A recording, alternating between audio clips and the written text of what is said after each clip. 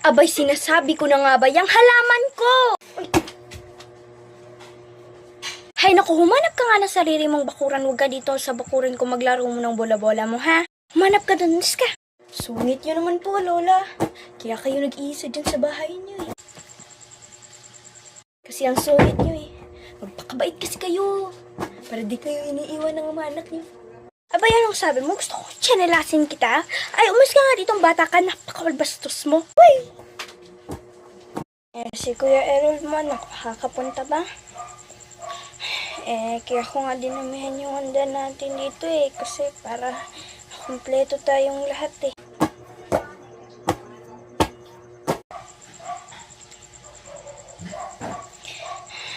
Sige, nak.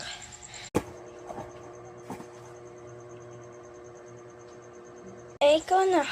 Sigurado ka bang di ka pupunta? Sige, nak. Ingat kayo, ha? Nag-ayos at nagpulbo talaga ako dito para sa inyo, Lola. Napansin ko kasi wala kayong bisita, eh. Pansit, spaghetti, Ikaw na naman. Sa susunod, kumatok ka muna, ha? Hindi yung basta-basta ka na lang pumapasok dito. Kumatok ako, di mo lang narinig.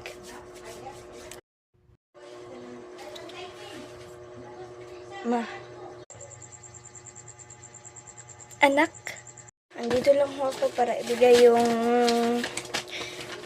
binabala niyo sa aking pera. Anak, alika. Kumain tayo. Marami akong niluto para makakain tayo ng masarap. Ay, hindi na po. Alas na naman ako agad. Itikip. Ito, sandali lang, ha? Hindi na nga ho, diba? Aalas rin naman ho ako agad.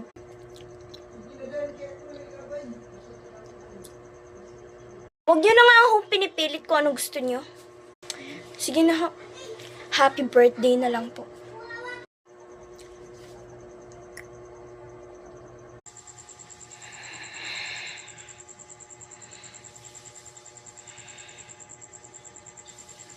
Sandali lang, Lola.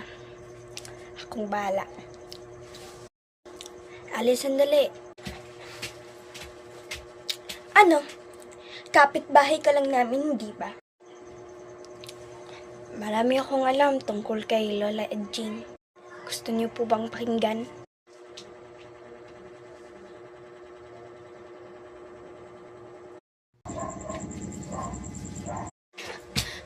Ma, bakit di niyo po sinabi agad na may taning na po ang buhay ninyo? Ha? May taning? Oho, sinabi po ng batang kapitbahay natin.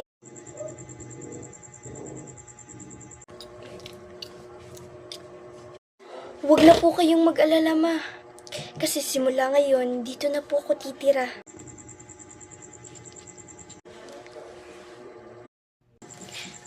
Mare, matanong ko lang.